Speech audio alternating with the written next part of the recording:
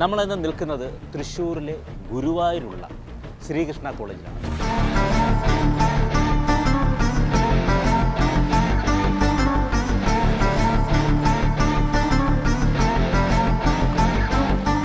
അങ്ങ് പാലായിലും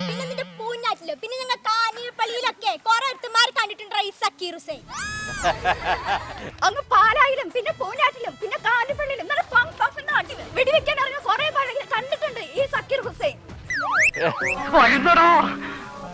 പൂനാറ്റിയിലും പിന്നെ നിന്റെ കാഞ്ഞിരപ്പള്ളിയിലും. പാട്ടുപാടാനല്ല പറഞ്ഞത്. സ്വർഗത്തിലേക്കുള്ള പ്രയാണമെന്ന എന്റെ ഈ ചാനൽ ചിരിപ്പിക്കരുത്.